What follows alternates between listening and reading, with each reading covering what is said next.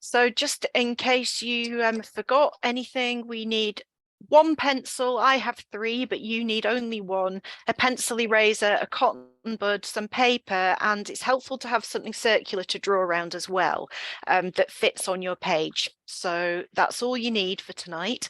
I am going to talk about materials in the introduction, but that's all that we're going to need tonight. And I'm using the same stuff you are, so I'm not using anything fancy. To keep it even. I get cross about equipment snobbery in photography, and it's equally that case with art stuff. You can draw with 1 pencil. That's all you need. Right. So we've got people from all over the place. It's so cool. So yeah, anyone just joining, just pop in the chat where you're watching from. It's just so lovely to see so many of you from all over the world. Even Leicestershire. Yeah. Very tropical. Well, Paul came to my sketching workshop at the Space Centre a couple of weeks ago. So, but that was with pastels. So tonight, obviously, we're working with pencil. So,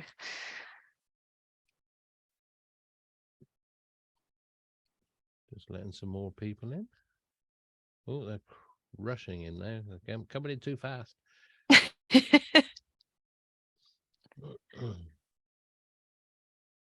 Right.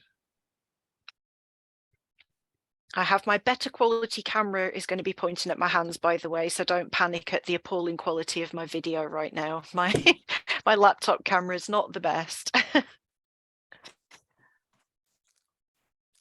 We'll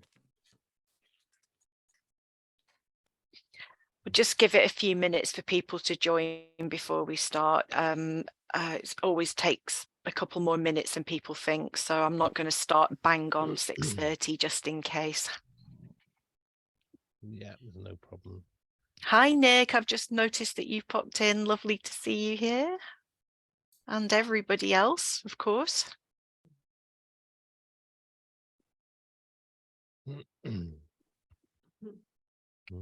Mary, my name's Richard from Ontario, Canada.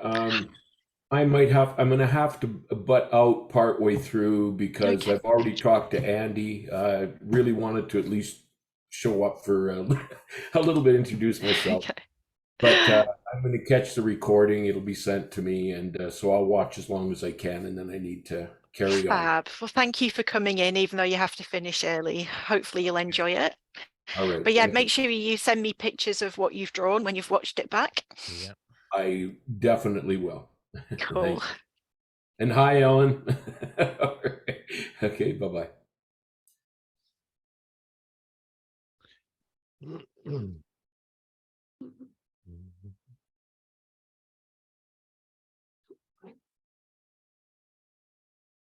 There's 18 in at the moment. There's 18 in at the moment, so we are expecting a few more. So I'm just going to give it a couple of minutes. Here's another one. Sarah. Oh, cool. Sarah. I haven't seen Sarah for ages.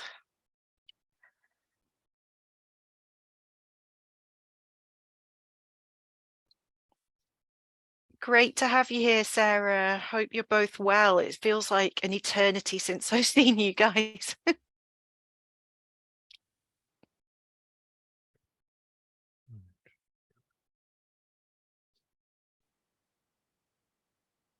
Who's this? Lorna?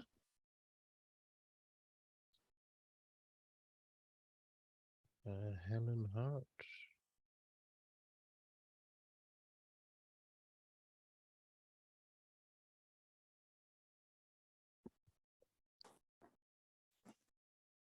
Fab. So anyone that's just joined, if you pop in the chat where you're watching from, then we can see at the end just how global this has been. That would be awesome.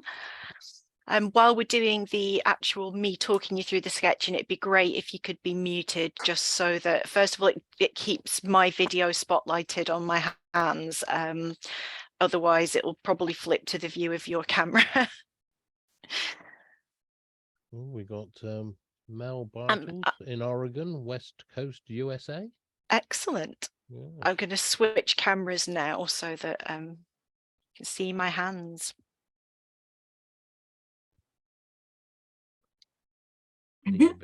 Need a bigger bowl.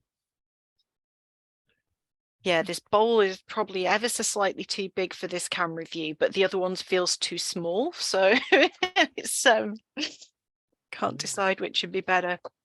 Probably better to use that one, but that's going to be harder.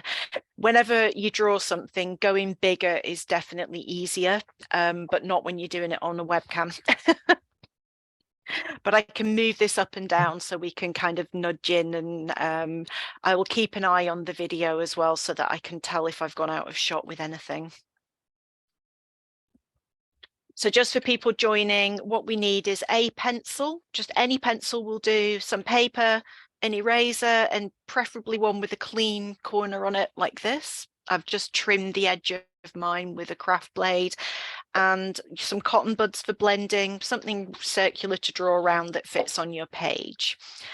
That when we do the solar drawing is going to be the outline of the sun, and when we do the deep sky sketch, it's going to mimic the ocular view that you'll get with your telescope. So quite handy to have it. If you don't have one to hand, don't panic, you can still take part, but if you can grab one quickly, then that would be great. Right, okay. So do you want to leave it just one more minute and then kick off? We've got quite a few in, but I think there are still a few missing, aren't there?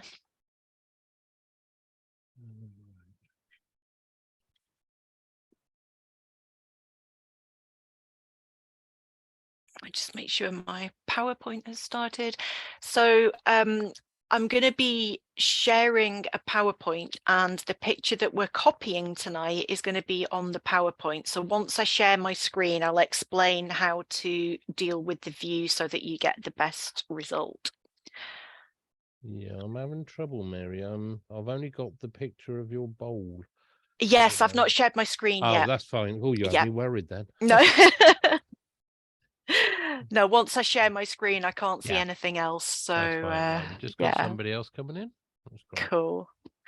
Well, I'll make a start because I'm going to talk about materials briefly, and then we can crack on and do some actual drawing. So if everybody who isn't muted could just mute, that would be great, because when I share my screen, people need to see my hands and what I'm drawing. And if there's a noise on another user, it will show your video rather than mine. So I'm going to share my screen, and I want to just very briefly talk a little bit about how to sort out this view so that you get the best option. So at the very, very top right of your view now, you should have a viewing menu at the top right, not on me, but actually on the top right of your screen. And if you select side-by-side speaker view, it will put this screen share and my hands side by side, and you can then drag the divider between them and make them equal sizes if you want to. You might be okay with my hands being a tiny window. You might want my hands bigger and the picture we're copying smaller, but if you go to its side-by-side speaker view from the very top right view menu, that's what you need to do to get them side by side. So that will help you just get the best of seeing both, really. So I want to just very quickly talk about materials. As I just mentioned, I hate equipment snobbery when it comes to imaging, and I also, think that it's fine to draw with printer paper and any old pencil that you have, which is what I'm doing tonight.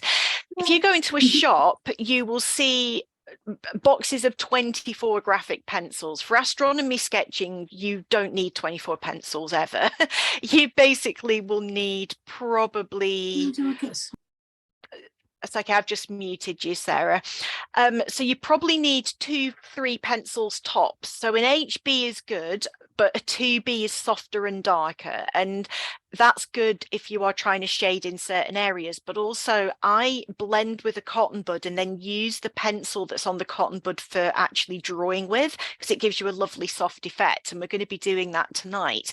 So if you do that with an HB, you don't pick up as much lead. So a 2B, if you have to buy just one pencil, I would go for a 2B, but otherwise an HB or a B is absolutely fine. You can buy these fancy blending stumps, but they're fine, but so are cotton buds, and you can get 100 cotton buds for £1 if you go to Superdrug. So that's absolutely fine to use those, or cotton wool balls. Pencil eraser, absolutely any will do. If you have a putty rubber, They are a bit fancier, but you don't need one. If you have one, use it, but you don't need one. Now, I am using printer paper tonight because that's likely what you guys have got. But if you wanted to invest in a sketching pad, what that will give you is a slightly heavier grade paper that will take being blended over better. And it will just be a bit more heavyweight and a smoother surface that lets you blend more easily and just has a little bit more weight to it. But quite honestly, you don't need this expensive heavyweight pad. Just any drawing pad really from the works that's quite inexpensive will do. You just have a smoother surface so things will blend more easily. Now I'm showing you my very first astronomy sketch because this is basic and Jupiter isn't even round in either of these sketches, but both of these sketches have scientific value because I can look at these sketches. This was in 2014 when I suddenly decided I need to leave my camera inside and actually reteach myself how to look properly because I hadn't looked through an eyepiece for a year. And basically this was me just plotting where the Galilean moons were, but straight away I know where the Galilean moons were, and based on how many cloud belts I can see, I know what the seeing was like. So I did improve things from there, and hopefully seeing that very first sketch that I did will give you hope that yours are going to be good. Now, if I asked every one of you to write out a paragraph from Shakespeare, all of your handwriting will be different, and yet it would all still be a paragraph from Shakespeare. And the same is true with drawing. Whenever I do sketching workshops, I like to produce these collages, and straight away you can see that all of these sketches are of the same crater. Well, some of them are of a different one because there were several photographs, but you can spot straight away which ones are the same crater, and yet no two of these are the same. So your sketch tonight will not look like mine, and in all honesty, my sketches don't look like mine either. I draw the crater we're going to do tonight frequently. I must have done it 150 times now, and it doesn't look the same 2 times. It depends what tension you've got in your hands or your arms, what mood you're in, however you hold the pencil. So don't kind of aspire to have your sketch look like somebody else's. We are not creating a photograph, we are creating a sketch, so it needs to look like it's a sketch. So be kind to yourself. Equally with deep sky stuff, all of these could be photographs, honestly, but no two are exactly the same, but it's obvious they're all of the horse head. My very favorite is this one that a child did where they put a whole horse in the gap where the head was. I think that is the sweetest thing I've ever seen. So yeah, be kind to yourself. Now we're going to start simply by sketching the sun. And this is a photograph that I took in 2016, and it's a good one for practicing this. So first of all, get your round thing and draw a round circle, because honestly, drawing a circle freehand is next to near impossible for me anyway. So I'm going to do this to the left of my page because we're going to zoom in on one of those sunspots in a minute. But just draw your circle. So if you're doing a full disk of the moon or the sun, having something that's actually circular to begin with is a really good starting point. Sunspots are pretty simple to draw because all you need to do really is think of this like a clock face. So if I move my mouse pointer here, you can see that very usefully there is a tiny sunspot that is almost smack bang in the middle of this circle. It's not exactly in the middle, but it's nearly. So I'm going to start off, it's just very slightly to the left. We can see a dot and maybe a hint of a penumbra. So sunspots are basically comprised of 2 areas. You've got the dark umbra in the middle and a penumbra around the outside. That sunspot is very, very small, so it's going to be really difficult to kind of pick up that detail. So I'm just going to leave that as a dot for now. But then kind of like you would do star hopping through a telescope, just look at where these sunspots are relative to the side here. So this one, for example, is about 1/3 of the way in to the edge, but it's just a little bit below this first one. So if you've taken your time to get your first spot in place, then you are going to have a better job trying to put the next ones in the right place. So I reckon it's about 1/3 of the way in, down a little bit, and then there's a small little bit here. We're going to zoom in on these sunspots and get a more detailed picture in a minute, but just have a look at those black areas on the umbra and look, they are not perfectly round. They are interesting shapes, and we're going to just, on the outside of it, just put a boundary of where the penumbra is. And we can't see a lot of detail here. And if you're doing this at a telescope eyepiece, you are not going to see the sort of detail that you can see in a high-res picture like this one. This is many images stacked together, taken with a webcam, and it's showing you way more detail than you will ever see with the naked eye.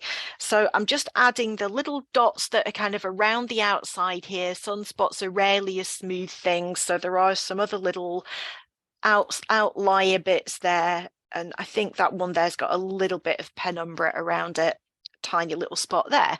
So once we've got that one in, we can now hop up again to this one. This one is just a little bit above the first one, but about another third of the way in. This is why I like this picture for sketching workshops, because it's in thirds. It just gets you into the habit of thinking about distances, thinking of it as clock faces. Is that at 2 o'clock or 3 o'clock?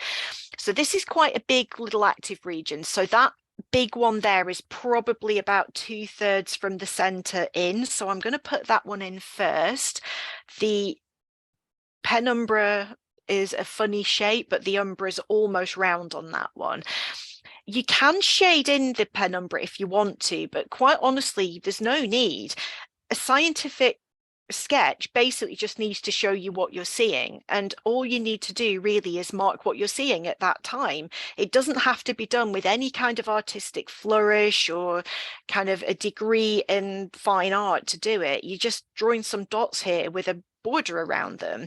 So if you want to, you can certainly go around them and just shade it in a little bit if you really want to get fancy, just to show that it is a penumbra. But you don't need to. Straight away, these look like sunspots if I zoom you in.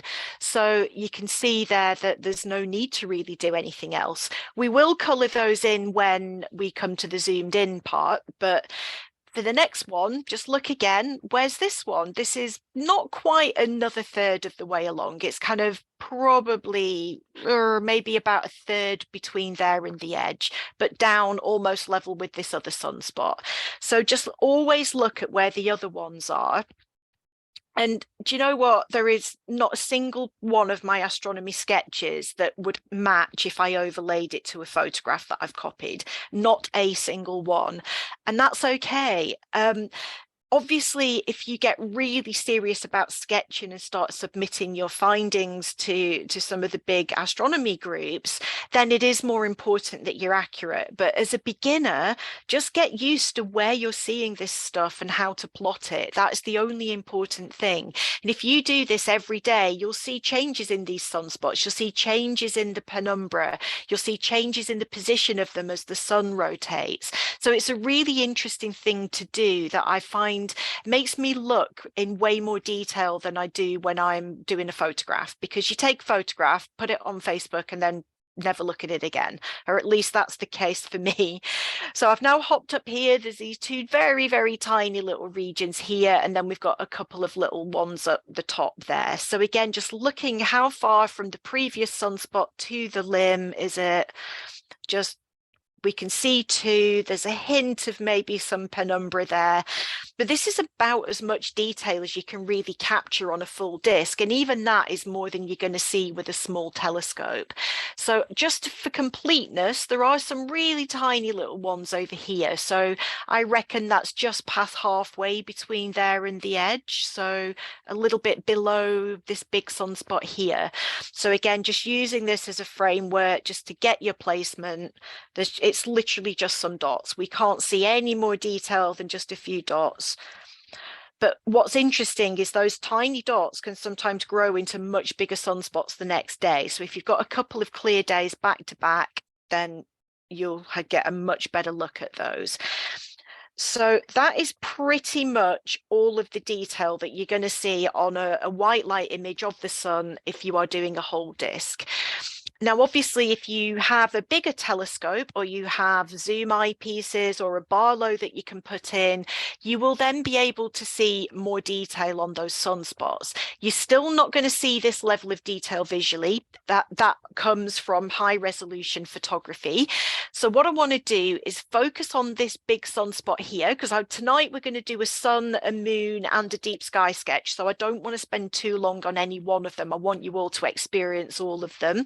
So on the right-hand side of my page here, we're going to draw just this sunspot here. It's got a really interesting shape, so that's what we're going to do. So I'll bring the camera down. And the first thing I want to do is mark the middle of that sunspot. Sorry for the shadows, by the way. The only light sources I have cast a shadow when I'm sat at this desk, so hopefully you can see well enough. So I am using a 2B pencil because it shows up better on camera, but it's very good for doing sunspots. So just look at the shape of that umbra region and just follow it. You'll see wispy bits, there are protrusions, there are little kind of infill bits there, like little nuggets of area that aren't as dark. And if you don't know, sunspots are basically regions on the surface of the sun that are cooler than the surrounding area, so they look darker. So the really dark bit basically looks black against the rest of it. So we're just going to colour that in. If you only have an HB pencil or one that's quite light and you want to get a dark colour, don't just press on really hard because it'll make a hole in your page if you're using printer paper.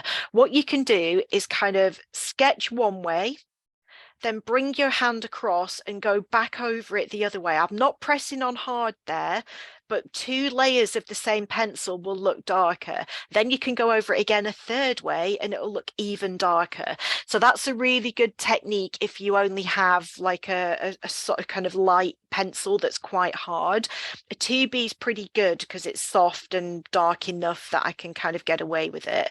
So just quickly colour that in. Now, here is where you can use your cotton bud to blend if you want to. When I first started sketching, I was obsessed with erasing any hint of pencil marks because I was striving to look like a photograph. Pencil marks show that this is a sketch and not a photograph, and it shows that you have lovingly created it with your fair hand. So don't erase them all. It's fine to blend a little bit, but don't erase all of your pencil scribbles because that is what makes it uniquely yours. There's no other sketch will ever look like yours. So don't panic about trying to hide every fact that you can see a pencil line or something that's been rubbed out. That you don't need to do that. So the penumbra here is a really unusual shape and has all these little bits sticking out. So I'm just going to follow the outline of that, and you can see that it doesn't follow the shape of the umbra. They can go off in all different directions. Because I've seen super high-res pictures of sunspots, I recognize that they sometimes have these sort of, they look like little pipes that are coming out. They're just kind of capsule-shaped nuggets. And so that's kind of what I end up protruding onto what I see, and they're not always there. So I can see that there are kind of vertical striations almost in parts of this sunspot. And if they were done in a lot higher res, there would be more of those. But draw what you see, and you don't have to have every nugget of information there. What you're doing is using your pencil to mimic a texture that your eye is seeing. So you don't have to have every single granule of solar activity in the right bit of the sunspot. What we want here is the basic outline of that penumbra. If you want to put the other bits around the outside as well, you can do. I'm not going to because I don't want to run out of time. But what I then want to do is just add some shading here so that we can see that, because obviously when you zoom in this much, you can see the granulation on the solar surface. I'm not going to sit here and draw all the granulation. Just life's too short for granulation. So basically all I'm going to do is barely touching the page. I'm going to shade this in, but I'm doing it from the outside in so that there is that hint of those striations that you can sort of see in part of my picture. These pictures were taken with a 70mm refractor, so it's not a big telescope by any means. but because of the camera that I used and how many frames were stacked, we're getting some good detail. So I just like to go in from the outside in because it gives me the texture that I know I'm seeing when I look at a good picture of a sunspot. Yes, every single stripe here will not be in the right place, but it doesn't matter. The important thing here is that you've got the shape of the umbra and the penumbra correct. So if I zoom down there, you can see that there are just hints of those striations, and that's all you need to do. Now you can just kind of blend over that a little bit if you want to, but when you blend, just be careful that you don't go over any nice sharp edges that you've got. So like blending there, I've gone a little bit over that edge. You can clean it up with a rubber, but it's just easier to not. So just try to add those little bits in. And if you see areas where it's a little bit darker again, then you can add those in by all means. So sunspots are a really good way to get started with sketching, and there is just literally thousands of sunspot pictures online, and I always ask the photographer first if it's okay to use their picture to draw from. I've never yet found a photographer that has said no, I don't want you to do that. So if you find any NASA pictures, they're all free to use. Anything on my page is free to use. So just practice kind of looking at the shapes and looking at the tonal quality. How much lighter is that bit from that bit, and how much darker is that bit from the background of the sun? So that's kind of all that there is with sunspots, and you can follow the same principles if you have a hydrogen alpha telescope. You will see more swirling detail around the active regions there. Just again, if you are looking at this in H alpha and you've got those sweeping marks, just use your pencil and just with a loose hand, just sweep in the general direction. Don't agonize over every single bit of filamentary activity being in the right spot, because it's just not necessary. So that's the sun done. I'll move on from the sun now, and I want to talk about sketching the moon. Now, if you are going to do this at the eyepiece, it is essential that you choose the right phase of the moon for your crater. So if you've got a particular crater that you're interested in drawing, basically take note of where it is on the lunar surface. It's amazing that we have all of these lunar phases, but when the moon surface is very illuminated, it's incredibly hard to see the detail. These pictures were both taken with the Liverpool telescope, and you can see the Ptolemaeus trio here, beautiful crater shadows on the last quarter moon. When the moon is almost full, it's hard to even see those craters. So if you want to draw Ptolemaeus, don't try and do it from a photograph that was taken when it was fully illuminated, because there's nothing to draw really. There's just a bit of an outline and the odd speck. And that's not what we're looking for. We're looking for these beautiful shadows, these beautiful highlight regions, and all of the other bits in between. So don't feel intimidated by this. Again, we're going to just mimic the texture that we're seeing. We're not trying to get every boulder in exactly the right place. That's not what we're about.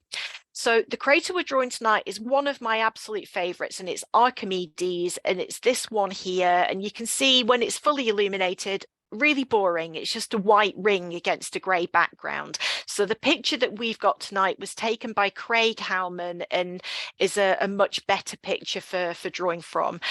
I think we often have a disconnect when we look at the moon as to just how big this stuff is. So this crater is 51.5 miles in diameter, or 83 kilometers. So it's pretty big, and it's small compared to some of them on the near side of the moon. So yeah, this might feel a bit more intimidating, but it's the same principles. So when I do the moon, I like to first of all draw the overall shape of the crater.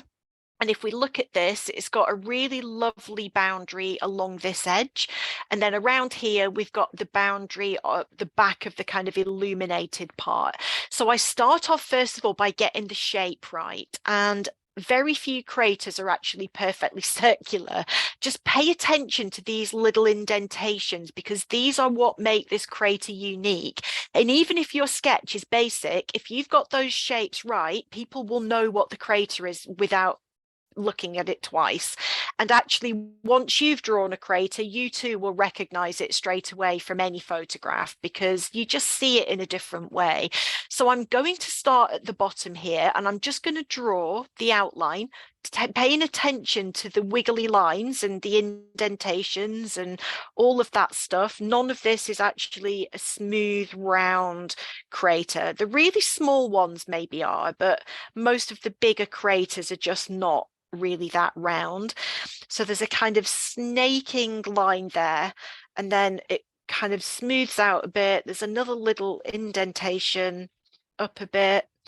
Now here, I'm going to scoop round and follow the line that is up the back, and then I'm going to put those little bits in afterwards. So follow that line up there because it's an easier line to follow, and just that's more or less straight, comes around the top, and then kind of gets a bit difficult to see the morphology because of where the lighting is. So I'm going off camera. So it's better to actually do this smaller when you're doing it on camera, but when you're doing it for yourself, do it bigger because it's easier. So what I'm now going to do is follow the edge of this shadow here. Ignore that bit for now. We're going to put that in after, but this dark line that we've got that butts up to the really light bit, that's what I'm following here. Again, there is detail here you are never going to see at an eyepiece. It's just so much detail here because it's a stacked image taken with a pretty big telescope. So that white bit comes down, and then down here is this really interesting bit where it looks like a little harbour, like a harbour wall. So I love this crater. It's got so many interesting features like this that I had honestly never noticed until I started to draw it. I should be able to draw this from memory now. I've drawn it that many times.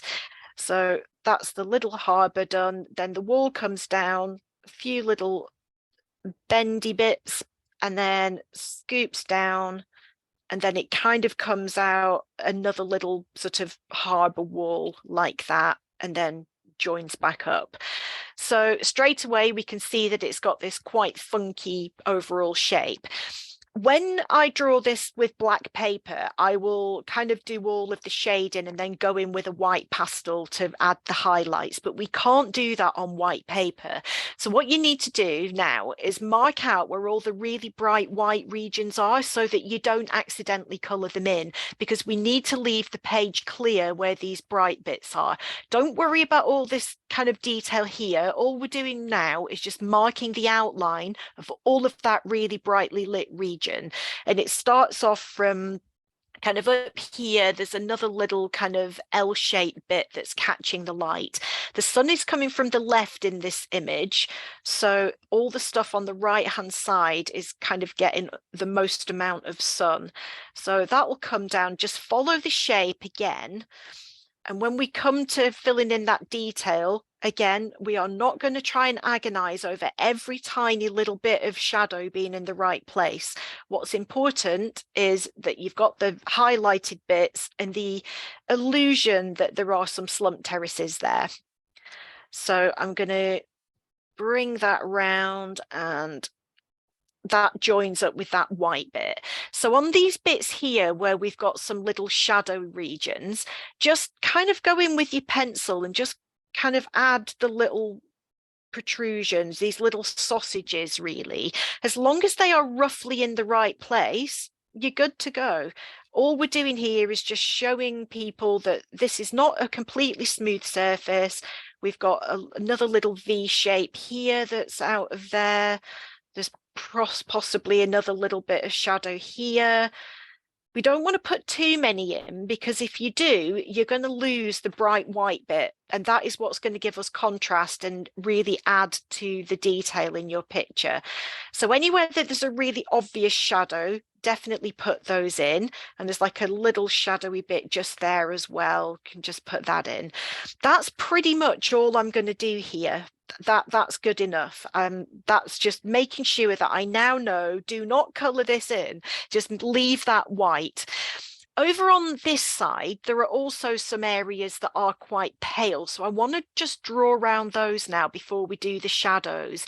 And the pale bits actually carry on round here, so we've got a bit on the inner edge that is not as white, but it's certainly there. So I'm going to draw that in first, and that kind of meets up here.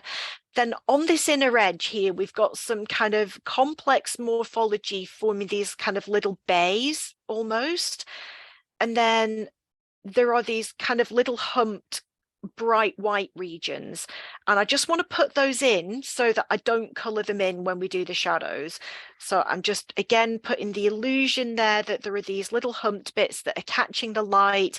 Anything catching the light is higher ground, anything that's in shadow is lower ground, and this is what is going to make your picture three-dimensional. We're just working with light and shade here, and we're going to trick the eye into seeing 3D shapes. So we've got those little bits on the inside marked off, and there's one down here as well that I always forget to put in, so I'm going to put that little dude in now before I forget, another little C shape. And then around this back edge, I just want to put the outline of that really bright bit there. You can see there's some shadow here because there's a bit of a ledge, but I just want to mark out the really pale bits again, just so that I don't accidentally color them in when we do the shadows and lose one of the critical features of the edge of this crater. And it doesn't have to be super accurate. If you get it a bit fatter than it is on the picture, it's okay. Everybody will know what the crater is once you've got all the other features on. So that sort of comes in and around here. So we'll come back and shade those later, but you want to make sure that you've got your pale bits there so that you leave them alone and don't color them in the next step. There's also a couple of bits here. We're going to do the shadows in a minute, but there's this little kind of tick shape here and this little ledge here that are catching the light. So I want to put those in now, just so that we don't again color those in, because it's harder to rub something out than to just not color it in the first place. So there's that little ledge there that's a walled area that's just kind of a ridge of material that is catching the light, and down here there's this other little V shape which is also catching the light. The detail on this picture is extraordinary. You will not see that amount of detail, so keep the shape simple. That's all that matters right now. So we've got those there. So the next step is to look at this picture. Where is everything super dark and shadowy? So basically the shadow will finish here and start here. So I want to do this side first. So the shadow actually starts about here. It comes around there. And then you can see that it comes down underneath those little humps of light stuff that we drew. And then we've got all of these undulations. These undulations are telling you that this crater does not have a uniform height around its crater wall, which it looks like it does when you just look at the crater from above on the moon. They all look like they're the same height, but they're not. You've got these protrusions, you've got bits that dip down, and as long as the basic shape of that is there, people will know what the crater is. Anyone that's an avid observer of the moon will straight away recognize those shadows, even if they're slightly wrong. So honestly, don't get really het up about every little bit being right. So now, fun bit, color all that in. And as I said before, if you've got an HB pencil or one that's lighter, do the crisscross technique to just make sure that you're getting it dark without pressing on too hard. So I'm just going to color all that in, but make sure that you keep these edges sharp.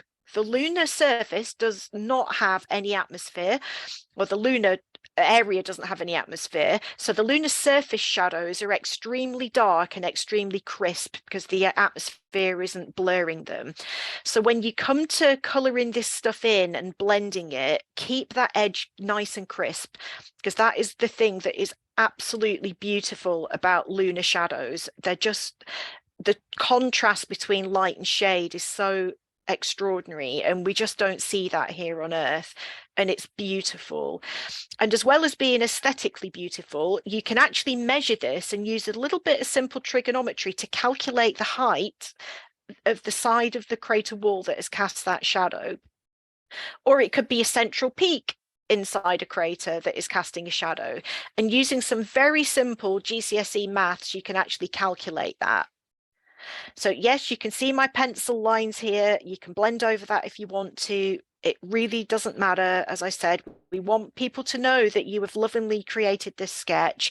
So don't erase every hint of the fact that you've drawn it. Honestly, it's a beautiful record of your work. So, and every say every time I draw this crater, I do it differently slightly, and the way that you shade it will be different every time. So that's why yours will not be looking like mine right now. And when I drew this crater last night, it didn't look like this either. So that's all okay.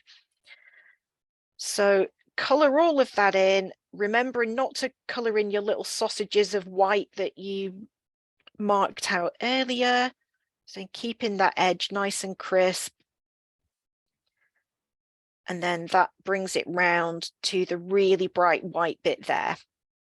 So again, if you do a bit of blending, don't kind of blend it over onto those really crisp white bits either. You can clean it up with a rubber, but if you're using a 2B or a 4B pencil, it's harder to rub it out because it's very, very soft. So it can kind of stain the page a little bit. So we've got that colored in. You can just tickle it with a cotton bud if you want to just blend out any bits that are not quite covered, but be careful not to go over those white bits that you've been careful not to color in. If you do go over them, just use the corner of your rubber and bring it back. It's not the end of the world. So we've got that bit of shadow. Now there's another shadow over on this side, which is the shadow being cast by this side of the crater. So we need to mark that out. And this is a really fun one. You can really see so many undulations here. So this shadow actually starts right up here. It comes like out up the top here around some other highland areas. So it sort of comes in like a big, again, like another little harbour wall almost. Now you can see here that after the line that we drew, there is another little area that is a bit paler. So when I do the outline of my shadow, I'm going to draw along there so that I don't accidentally colour that in as well. So that follows round. There is a kind of ledge here that we will colour in a minute, but it's not as dark as the other bit. Again, light and shade, just looking at where the light is hitting. So I've just marked out that little bit that we don't want to colour in. Back up here, you can see that that comes down in a big shape to halfway along this little ledge, and then the shadow picks up here, comes out, and then down, and then you've got these lovely pointed bits over here with all of these jagged edges.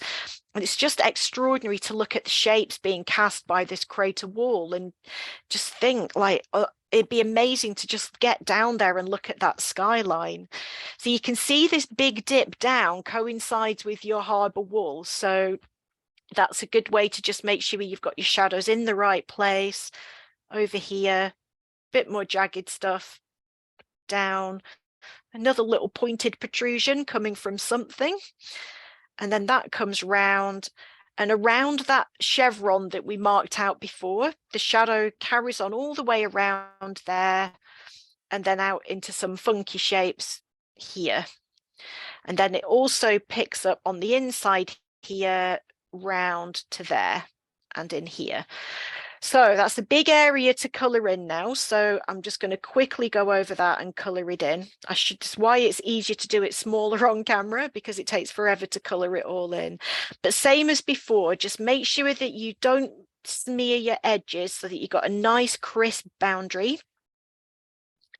And this is way harder than the deep sky sketching, by the way. So if you're struggling with this, stick with us. The deep sky sketching is a doddle after doing this. Just remember, all we're doing here is capturing texture that your eye is seeing and putting an illusion to that on the paper. Doesn't have to be exact. So I'm not going to smooth this out too much because I'm just conscious of time, but you can obviously take your time to do this when you're doing it in your own time. But it's a good practice to get used to doing this quickly, because if you do this at the eyepiece, the lunar shadows change in the space of an hour. So if you sit here for 2 hours drawing this, the shadows will be different by the time you finish from when you started. So it's actually a really good practice to just give yourself a time limit sometimes on your sketches and just get the bare minimum that you can down on paper. And even just with what we've got here, I would be able to recognize this crater straight away. One of the big features is those kind of these pale protrusions within the shadow. They are just so characteristic of this crater and not seen on any others. And you notice this when you draw other craters, you really start to notice those unique features that no other crater has. And it just makes you feel really intimately acquainted with it. And I love that. It really makes me feel a connection to what I'm drawing, even if it's from a photograph, which is, I think, a perfectly legitimate way of sketching, by the way. You can do it in the warmth of your home, a comfy chair without getting cold. But it is nice to do it at the eyepiece as well. And it is in many ways a lot simpler at the eyepiece because you can't see every single boulder and craterlet that you get on a high-res photo. If you are doing this at home from photos, by the way, and you've got a particularly high-res one, use computer software to blur it a bit because it will make it easier. If you soften some of the crisp features out of it, it will make it a lot easier to draw. So I now do that when I'm drawing from a particularly difficult crater. I will blur it a little bit and denoise the heck out of it, and it softens everything and makes it much easier to see the basic shapes. So now that we've colored it in as before, you can blend it. Be careful not to erase every pencil line. Be careful not to erase all of your sharp edges. But what I'm doing here is picking up some pencil on this cotton bud, and I'm going to use it to color in this edge here that you can just see it's still dark, but it's slightly paler than this bit. So what I'm going to do is use that cotton bud to just blend over that, being careful not to ruin the edge of my really white bit. But by bringing this shadow up here, it will give you a much softer way of just showing that little bit. In the harbour wall, I'm going to do it with my pencil, barely pressing on, because I don't want to ruin my harbour wall. It's got nice crisp edges. You can just tickle it with your pencil, barely pressing on, and just rub over that, just to give you that contrast between those two areas. So that just gives that area just a little bit more depth. So we've now got the bright white bits and the shadowy bits. And so what we need to do quickly is just add some shadows here. You can see that we put the boundary there around this white bit. There is just a little bit of shadow along this left-hand edge. And these shadows are what's showing you where the ledges are. So you can kind of follow that around and just put a few of those in just along that edge, just to show that there are some kind of little areas there, and just blend that to soften it, because these are not harsh edges here. These are subtle topographical differences that are catching light differently from other areas. So you can put those in, and there are some other little features out here that you can put in if you have time. There's also a little ledge here that I'm going to put in with my cotton bud, because again, it's going to give me a softer, you can draw with this cotton bud, pick up a bit of pencil on it and draw with it, and it will give you a way softer kind of effect. It's a really cool tip. So the outside of this crater is very textured. This bit is paler than the surrounding landscape because it's higher. It's where the material has been lifted up out of the ground after it was ejected. So what I'm going to do now is just put an outline around the outside shape of that. So it sort of starts where this shadow finishes here. All we're doing at the moment is just putting the shape, just the general shape of it. And then what we're going to do is add some texture. So I'm simplifying the bit on the left just for time purposes, but you can add as much of the surrounding area as you want. Down the bottom here, it's got this other ledge that comes down in a sort of V shape. And that comes down like that. And that again is one of those really unique features about this particular crater. And that kind of comes up like that and off around that way. So the way that I do this now is think, what can I do with my pencil that is going to give the illusion of this texture? And the way that I do that is squiggles, like genuinely just squiggles. So I will show you what I mean when I say squiggles. If I bring you down, you can just see this outside edge. I did it quite faintly, so it's not showing up. I'll just go over it there. So what I'm doing here, this is still quite light, remember, so we don't want to color it all in, but we want people to know it's textured. So I'm just kind of doing dots and dashes, just adding some squiggles. What texture with my pencil can I put on here that is telling people that this is textured rock? This bit here is quite textured too. We've got our kind of terrace shadows there already. So we're just putting, you can see in the shadows there, we're just putting little dots. I'll press on a bit harder just so you can see it, but you don't need to press on harder because you want to leave this fairly pale. And this will then stand out against the rest of the background when we put that on.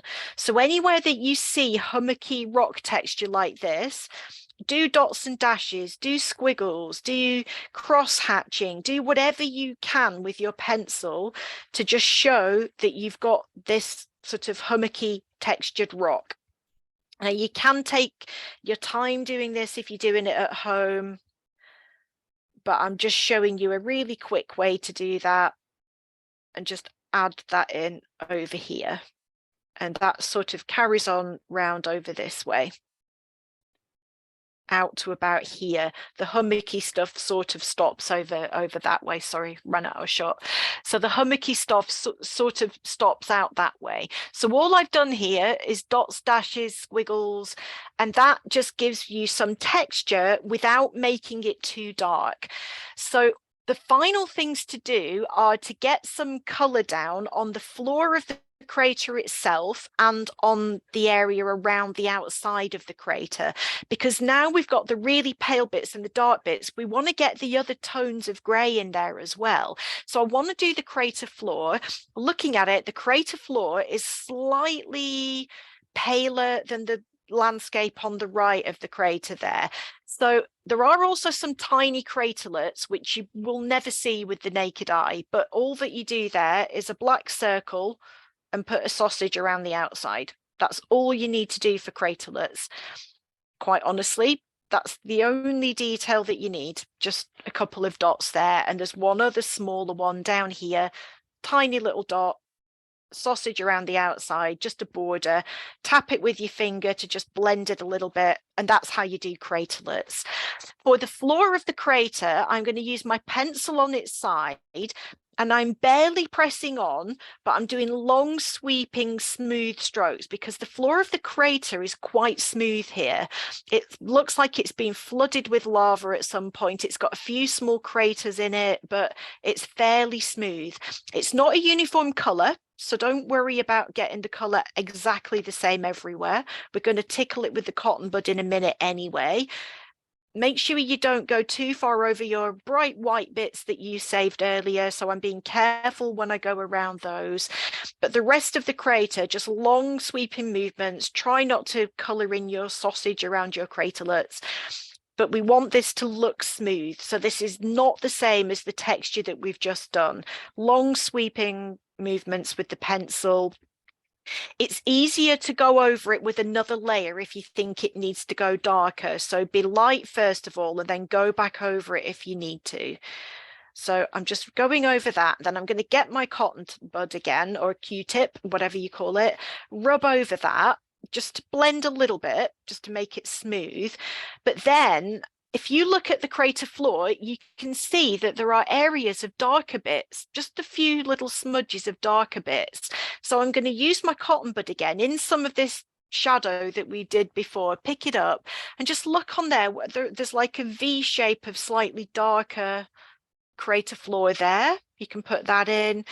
And you can just pick up any differences within the color tone of the crater floor and just add those in with your cotton bud. And that is a smoother way to do it than you will ever be able to do with your pencil. So use your cotton bud as a drawing implement. I don't throw many things away because they're all useful, but I now legitimately have an entire bag of used dirty cotton buds because they're so good for drawing with. And the more you've used one, the fluffier it gets, the softer the effect you get, which is why I keep all the old ones. And I use them with pastels, and some of them have got white pastels, some have got pencil.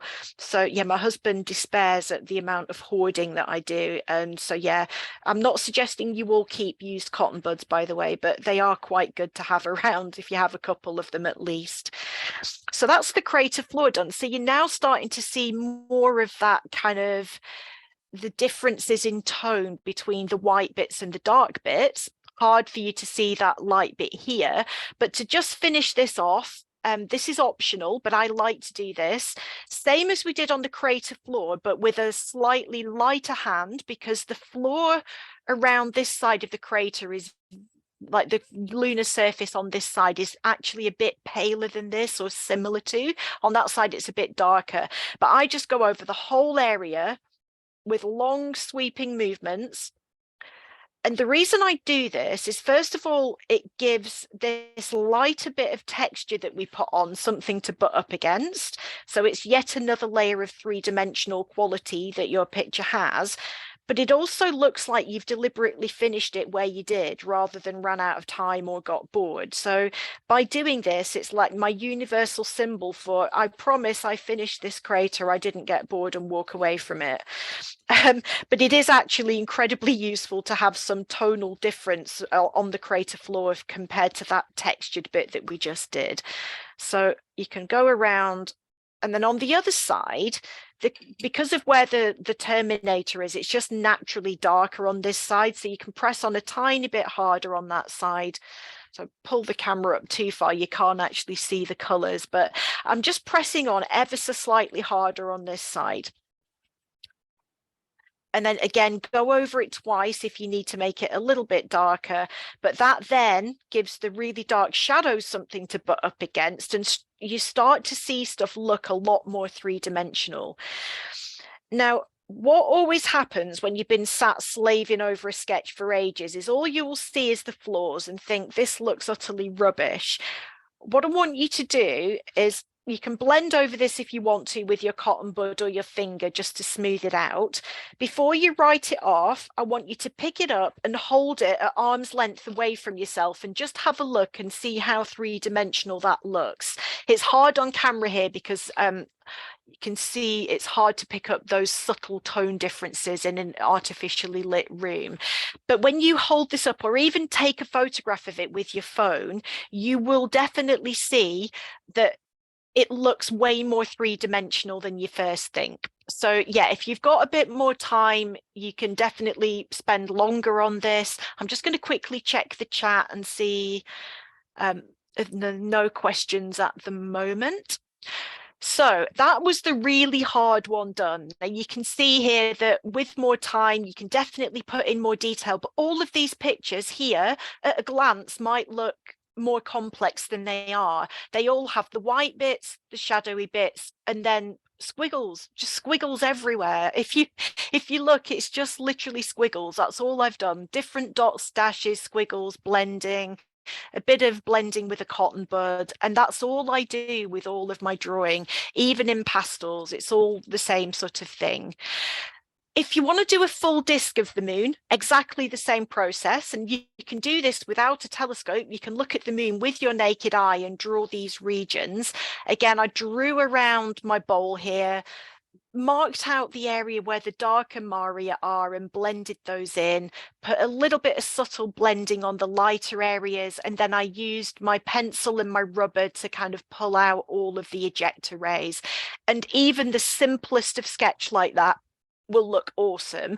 I decided to put a background on it as well, because on white paper, having a lunar surface that's subtly shaded doesn't stand out. Entirely optional. I did this with a 6B pencil and I was covered in it afterwards, but I think the darker background does work, but it works beautifully well without it. So I'm going to finish off by doing a deep sky sketch with you, and it is honestly significantly simpler than what we've just done. It's handy to keep your moon sketch around though, because we're going to dip into the shading on the moon to draw with our cotton bud again. So if your cotton bud runs out of pencil, you can rub your moon drawing or a piece of scrap paper to pick up a bit more. So when you draw like this, deep sky stuff, you are now having to think back to front, because when you look at a deep sky picture, stars are white and the sky is black. But what we have here is white paper with black dots on it. So you have to think in reverse.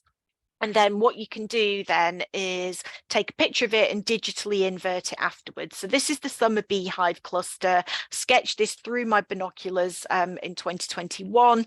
Digitally reverse that using a free piece of software called Fast Stone Image Viewer. You can do it with a lot of mobile phone software, and then you have a black background with white stars. I like both. I really like pencil sketches with black stars, but I also really love the white stars on the black background. So I always do both and share both. So what we've got here, the reason I've got this in a circle is to mimic what you're going to see through an eyepiece, because if you draw this, I'm going to do this with a smaller bowl so it's a bit easier to see on camera what I'm doing. So when you look through an eyepiece, through binoculars or a telescope, you have the ocular view, and the ocular view is round. So if you try to draw that onto a square or rectangular piece of paper, you're going to struggle. It's really hard to get the edges in the right place. So I'm going to start off by mimicking my ocular view, and I always do this before I go out with my binoculars or telescope, just so that I've got my circle already drawn and ready to go.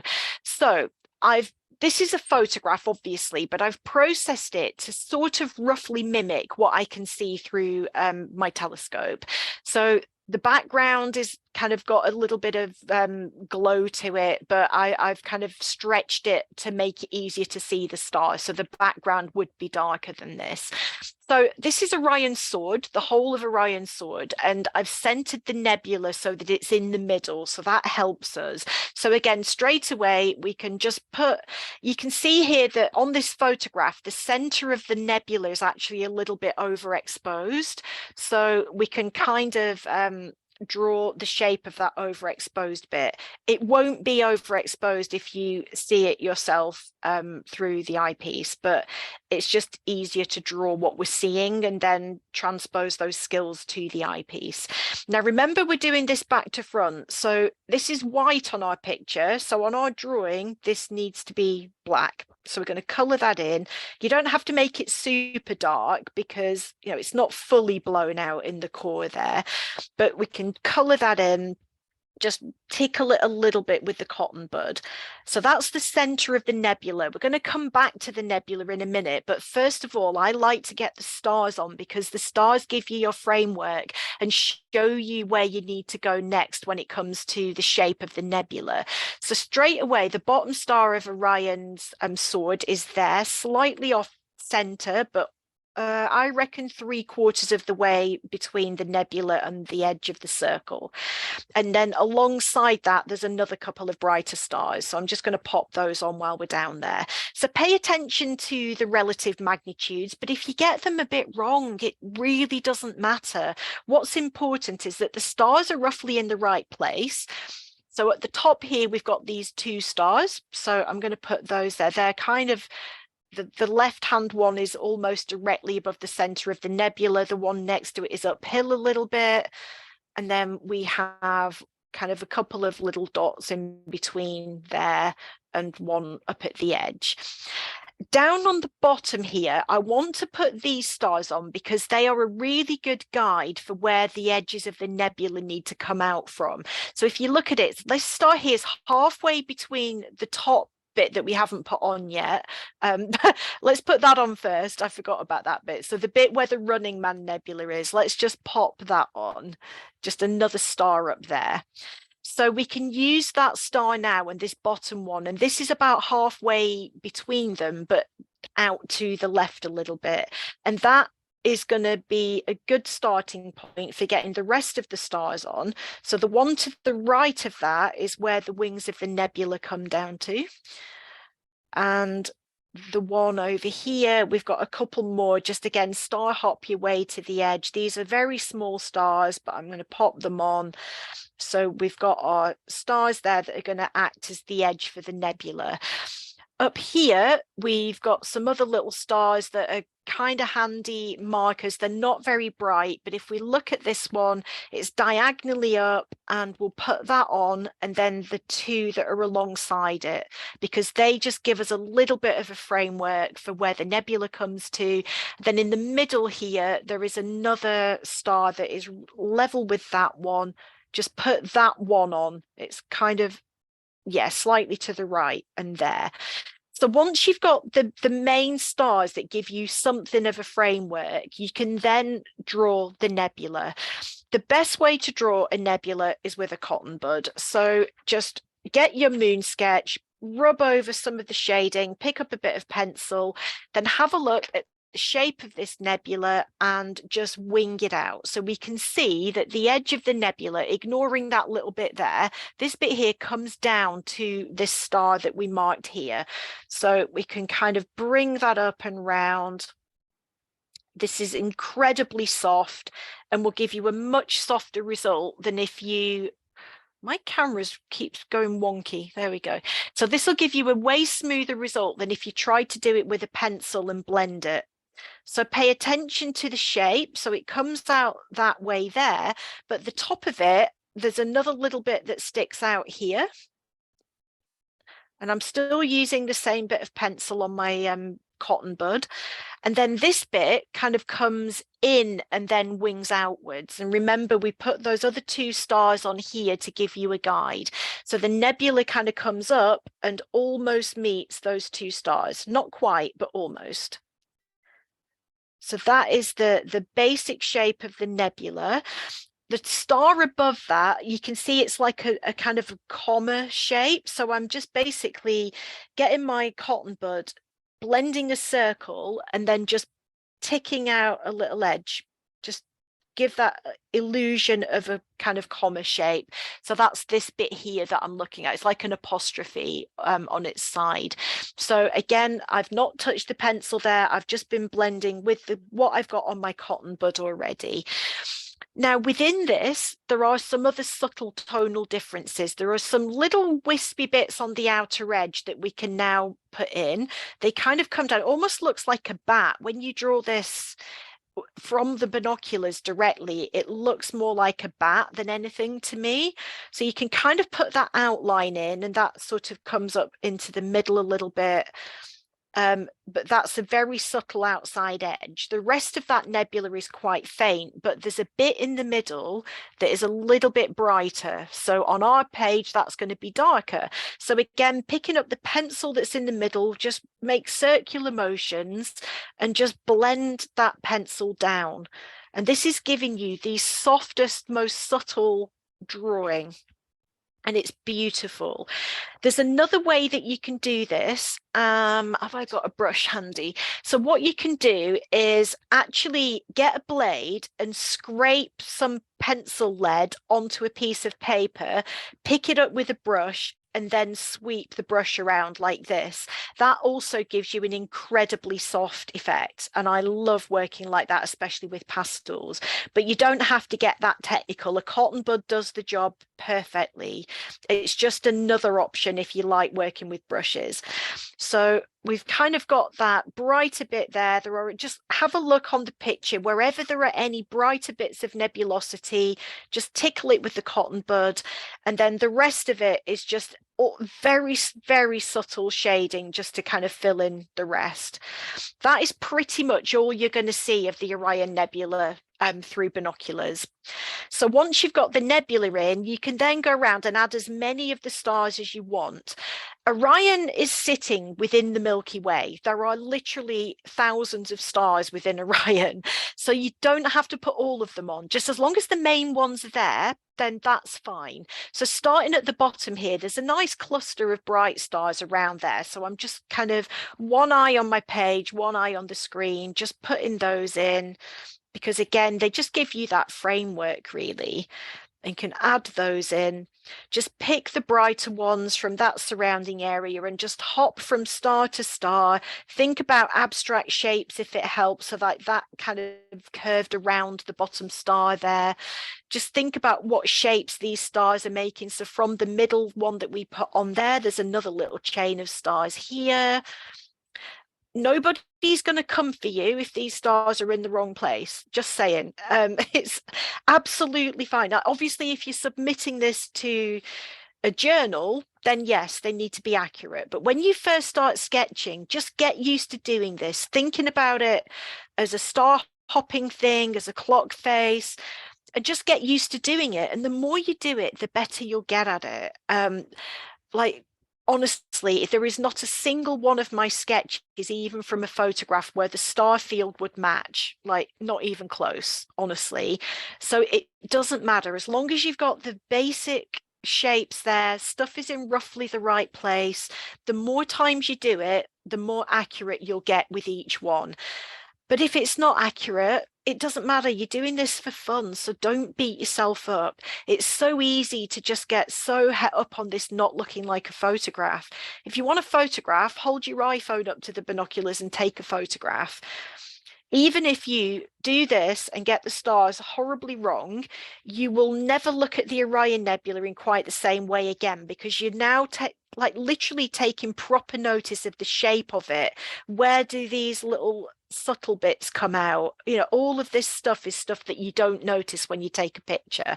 So one thing I'm going to do to finish off is the top edge of the nebula here has a nice crisp edge to it. So I'm going to go in with my pencil and just very gently just kind of put on a little bit of an edge, not making it like lose its softness, just to put a little bit near there, just to give that nice boundary where the nebula finishes. And that's it. You can do 20 deep sky sketches in an hour if you just sit and get the stars on. You can look at star clusters, faint nebulae, maybe even a galaxy, and you can zoom through loads of them at the eyepiece in one night without having to agonize over taking hundreds of photographs and worrying about it. So this is one I did a different time, and then I scanned it and inverted it, and it looks more like what you will see with your naked eye. You don't have to invert it. It's just a nice thing to do. Now, I want to finish off by showing you how you can adapt this stuff for black paper. And I like this particular brand of sketching paper, but honestly, any black sketching paper is fine. And then you can use pastels or pastel pencils. I really love the Stabilo ones. All you need is a black one and a white one. If you accidentally order lamp black by mistake, like I did, don't worry, because you can use it, but you don't need it. So just keep it simple. Buy one of each pencil if you want to go down this route. But what I love about this is the stark contrast between the light and shade that you don't get with pencil. The process is identical. You can see there, I did the shape of the crater. I've added the shadows. The great thing with pastels is you can go over it, you can blend it, you can add the highlights on top again if you blend over it. But every little bit of landscape around it that has got the shadows and the highlights all just adds to how three-dimensional that sketch looks. Now, very often people will say to me, this looks like a photograph, I can never do this. No, you can do this, and let me just show you. So that is the finished picture photographed, and at a glance, yes, it looks impressive, but let me zoom in on some of these features. This is a squiggle with a black triangle. That's a white line with a bit of a black line next to it. That's a black circle with a white edge. These are just squiggles with black triangles everywhere. Squiggles, dots, dashes, black triangles. That is all that there is everywhere on my sketches. But when you put them all together, you get a really kind of stark looking three-dimensional result. And I just love pastels. They are my go-to. And these are some of the other ones that I've done. Now, obviously, some of these took a long time, but when you're doing areas like this, all you need is a shadow and a highlight, shadow and a highlight. That's all there is here. It's really quite simple steps. This is Archimedes that we drew earlier, and you can see the light stuff just stands out way better in pastels than it does elsewhere. And this is Sinus iridum, again, done in pastels. I just love pastels so much. And you can even use photographs from spacecraft, like this was from the Lunar Reconnaissance Orbiter. This is the central peak of crater Tycho, and this is the shadows cast as the sun was rising over it. This took me 3 weeks to do, but the process was identical. It's all squiggles, blending bits, dark bits, light and shade, squiggles, just squiggles and blending and dark shadows. That's all it is. So break it into small bite-sized chunks and just work your way out. If you're doing a whole moon sketch, because pastels blend all over the place, I like to put a stencil down so that I've got an edge. I still go out of it, but you can clean it up with a cotton bud or a putty rubber. Again, same principle, just marking out the light bits, marking out the shadow bits. And on the moon, the only place you can see detail is near the lunar terminator. So around the terminator here, you can see that you've got some more detail around the craters. These are quite simple sketches, in all honesty. There's not masses of detail here like it looks, but you can do it for all different moon phases. Now, the lamp black came in handy. If you want to do a picture of Earthshine when you've got a really thin crescent moon, then the lamp black gives you a bluish undertone. So I coloured everything in with lamp black first and blended it, and then put white on top, and it gives it a bluish colour. And Earthshine has a bluish colour. It's gorgeous. And I love doing these. These are fantastic gifts. If it's somebody's birthday and it's a landmark, you could look what the moon looked like on the day they were born and do a sketch of the moon for them on that day and frame it. And it is so easy to do, but these are incredibly special. And no two of these that I've done of the same moon phase ever look the same either. It will all be unique to that particular day. Now, you can do coloured pastels if you're drawing the sun. These are some prominences, and this was a solar eclipse that I saw in 2017. I did this from photographs when I got home. And as I said before, this is a photograph that I inverted digitally.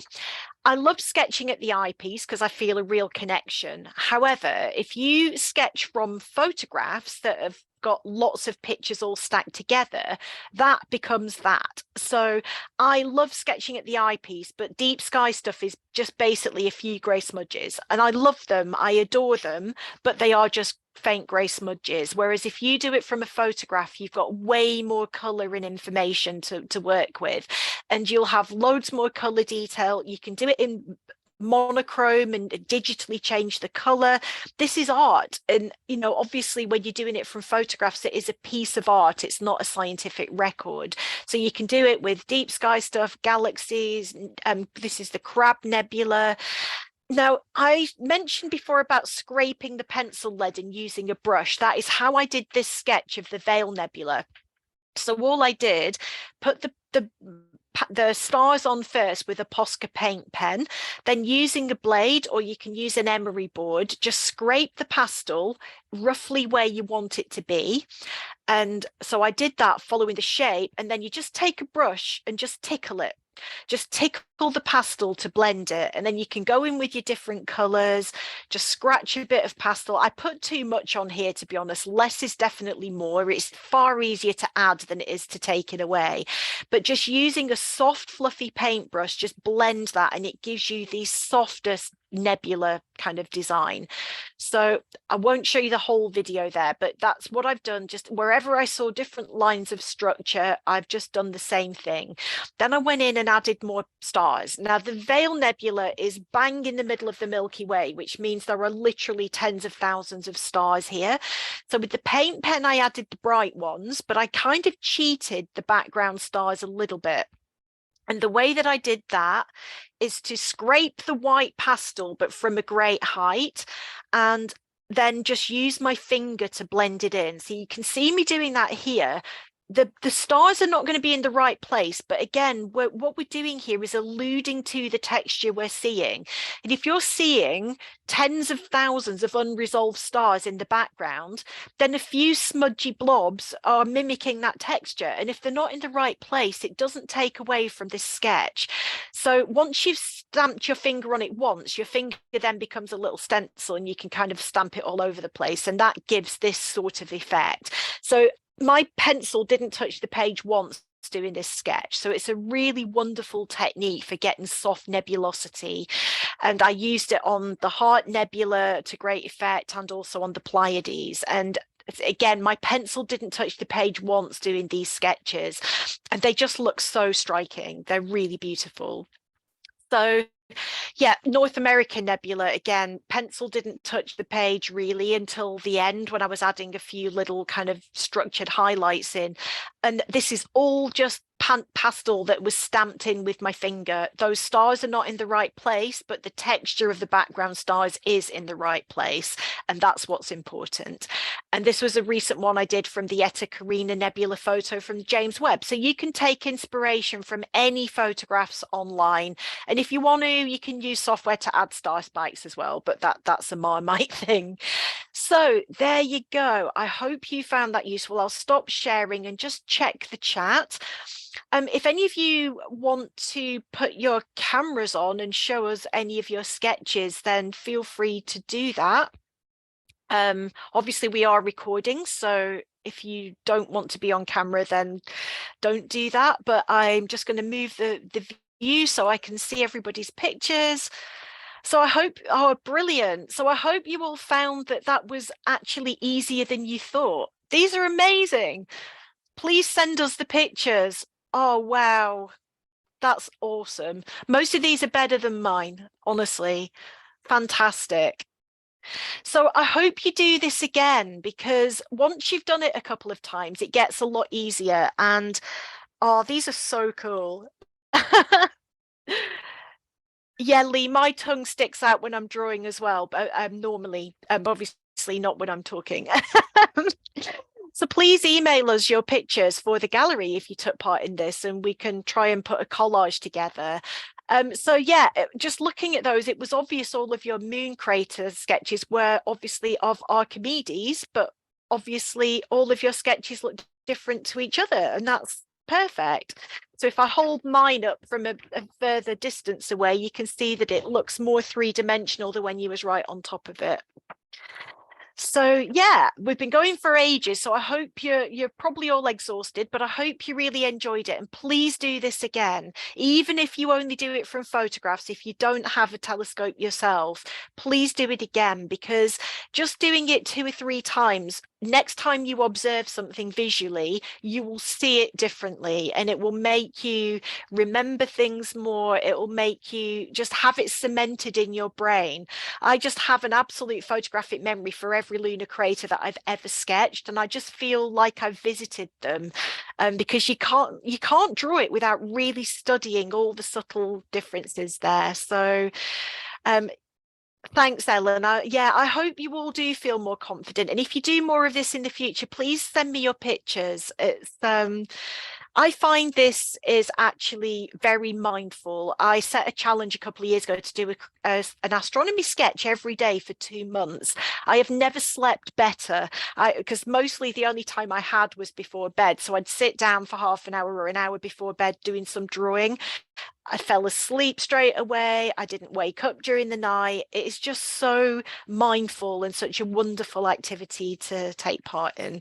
So please all do it again. You've all done an amazing job. Yeah, thank you for that, Mary. That was absolutely fantastic. Sorry, but the dog ate mine. Yeah, I believe you. No, I was busy looking in the background, so I'll give it a go when we get it up and recorded. Yes, if people were quite confident and they feel like they want to, please send them to spaceodditieslive@gmail.com. I'll give you that again in a second. I'll And put what it we'll in the do, chat. yeah, and what we'll do is we'll knock up a gallery and we will show them on our live show on Monday at 7 o'clock, isn't it? We do it, Mary, isn't it? 7 o'clock, is it? 8, isn't it? Oh, is it? Oh, I don't know. I'm old. It I'm all old. Give me a blends break. into Yeah. one. I'm on Yeah, Zoom sorry. so Yeah, often I it's get 8 o'clock confused. Monday nights. 8 o'clock UK time. Yeah. So yeah, if it's spaceodditieslive@gmail.com, and we'll knock up a gallery and we'll show the world. And you can be quite proud of. And from what I saw when you held yours up, I think they're absolutely fantastic. So don't be shy, and I mean, if we get enough of them, then we may even actually do a little gallery as a separate little piece, so it can be viewed separately. Yeah. So yeah. So I've Don't be just put shy. the email address in the chat there. Okay, that's great. That's great. So yes, well done. That was fantastic, Mary. I really enjoyed that. I was just watching, so I keep my hands in my pockets because they keep them warm. Well, I spend hours of my time watching artists create paintings on YouTube in my spare time, knowing I'm never going to replicate any of it, but it's just relaxing to watch, isn't it? Well, I just hope everybody's enjoyed it. They're proud of what they've done. Some of the pictures we saw that were put out, you knew what it was, so that's what matters. And of course, the more you practice, as Mary said, the better you're going to get. They're all better than my first astronomy sketch that I showed you earlier. So well, it's the teacher. It's the teacher, isn't it? It's the teacher. So well done, everybody, and thank you for coming along and supporting Mary. Will there be a place that you can see the recording? See the what? Sorry. Oh, sorry. No, you will there be a place that you can see the recording? Yes, it's going to be put on YouTube. Yeah. Yeah. Yeah, we'll put it. So you can go back and do it all again if you really want to. Yeah. Yeah, it'll be put up on YouTube. And as I said, if you send us pictures, we'll make sure that they go up onto our live show on Monday at 8 p.m. And that's UK time, that is. So that's GMT at the moment. So if you want to see them again and everybody else's and close up, then watch us there. And as I said, if we get enough of them, and we can put them up into a separate show and put them up as a separate entity, so you'll be able to look at them whenever you like. Absolutely fantastic. Thank you, Mary. Fab. Thanks everyone for coming from all over the world. I don't know what's in the chat. There's plenty in the chat. Yeah, I'm having a quick look through. Yeah, I mean the techniques basically are squiggles and blending. So all my secrets are out now. You all know how I do it. So you won't be as impressed by my drawings in the future. Yeah, I think there was something about your pastels. Oh, let me just zoom back up. There was something about the white or something. Thank you, Mary. Just zoomed up. Yeah. So the really bright white pastel, I find personally that I get the best result either using that particular brand is Stabilo Carbothello pastel pencils. They're not the cheapest, but they have a really good kind of payoff in terms of color. If also chalk sticks, like basic chalk sticks, have a more pigment in them and the white shows up more.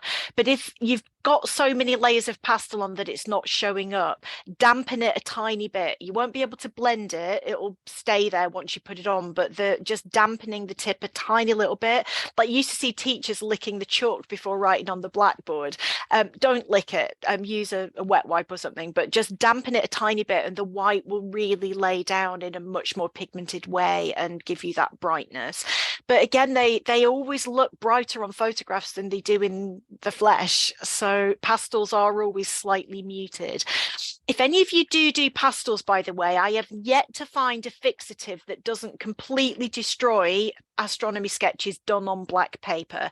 So if you want to keep them, put them in a frame as soon as they're done. What I do is photograph them straight away. That obviously goes online onto my social media, but I then get a print done, which goes into a folder that I can take with me to show people my sketches without the original risking having coffee spilled on them or something. And then I either put them in a document wallet in a folder or in a frame straight away. And then that's where they stay. I never get them out again because they dull so easily, which is kind of a shame, but also I don't want to ruin it by spraying it, so I haven't lost anything. Just every single sketch that I've done where I've fixed it with something, it has utterly destroyed it and it's heartbreaking, so I don't risk it anymore. A document wallet or a frame straight away, and that's that. But a lot of the ones I do are gifts anyway, so the originals get put in a frame and given to someone else, so what they do with it's up to them. But getting prints of them done is the best way to show people what you've been doing, because they really can get ruined in seconds if someone spills their drink on them. So Oh, fantastic. Nice bit of advice there. Look after your pictures. Yeah. Yeah. Don't let anyone with coffee near Oh, them. Or sorry, cats. My cat, one of my Yeah. cats is a dribbler, so I always keep her away. Yeah, see, Yes, I have tried hairspray, Paul, and it absolutely wrecked it. I've tried 3 brands of hairspray, 3 different brands of fixative from the art shop, and they all just don't work on black paper. They just muddy everything, and it's just heartbreaking to see I've only ever done it with solar sketches that have lovely bright yellow and orange colors, and it just dulled the whole lot. I had to sketch over the top and do it all again on all of them. So I'd rather not risk it.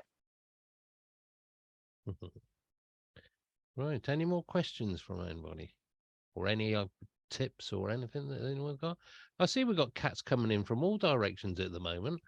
Mine are So, locked downstairs. yeah. After smashing my binoculars last night, they are in the dog house, so that Yeah. they're locked away where they can't cause any more mischief. Yes. Locked downstairs, they're not locked away in a cupboard. Don't Yeah, panic. they're sat in a corner thinking about what they've done. They are thinking about they're thinking about when their next mealtime is, to Yeah, be that's honest. it. But They've forgotten Oh, about mine last night. too. Yeah. they were forgiven within half an hour of doing it. I love my cats dearly, so it's all good. And the binoculars are fixed and working, so it's fine. Yeah, lucky. My fault for leaving something near the edge of a table, to be honest, when you have 5 Knock cats. them off. It's their favorite hobby. Knock it off the table. That's why the earth isn't flat. The cats would have knocked everything off. I like Definitely. that. Very definitely. Any other questions or anything before we go? Okay, well, thanks for Don't that, think Mary. so. That was Yeah, fantastic. And thank you, Mary. Thank you, You're Mary. very welcome. Thank you, Mary. And thank you all for coming in. I know it's all different time zones and everything. I'm glad Carol didn't have an outage. So it was nice to see Carol again. And well, like I say, hopefully you'll pop in on Monday to have a look at if you send us a picture in. We'll definitely sort out a gallery. So just to show what can be achieved and how wonderful you all are. And as I said, thank you for supporting Mary. And we hope to see you all again soon. So Yeah, and thank you, Daz, and for Space Oddities for hosting this for free as well, because that's really kind of you to let us use your Zoom and do this. So astronomy is thank you. free. The stars are free. We don't charge anyone. Thank you, guys. Yeah. So how can we join the meeting on Monday? If you come onto YouTube, search for Space Oddities Live. At it'll be 8 p.m. our time. So if you're in the USA or Canada, you're probably 5 hours behind at least. Just make a note of that. So and then just come and join us. It's all streamed to YouTube. It's not on Zoom anymore. It's all streamed out. So YouTube, it goes out live, and then it's saved, so you can catch up later if you're busy when it airs live. So you'll see an image like this of all old geezers and 2 pretty young ladies, usually Mary and Rachel, and we all chunter away and we talk about astronomy. We encourage our viewers to participate in the chat and to send us their imaging, and you'll see a gallery. We sometimes have quizzes, sometimes we have guests that come in. Again, it's an international panel. We've got Lou from the USA, Karim from Canada, Andy from Spain. We're amateur astronomers. There's professional teachers, there's authors and things like that. And we just all waffle on and generally talk about everything space in a relaxed manner. So yeah, just come and join us. It's YouTube, 8 p.m. UK time. Just search for Space Oddities Live and you'll see it should come up, and you'll see a poster for it. So yeah, it's fantastic. And we've also got a Facebook page. Again, just look for Space Oddities and people post in there. So yeah, it would be lovely to see you. Lovely to see you. So yeah, fantastic. Well, if that's everyone's finished, I will stop the recording. So here we go. Stop the recording.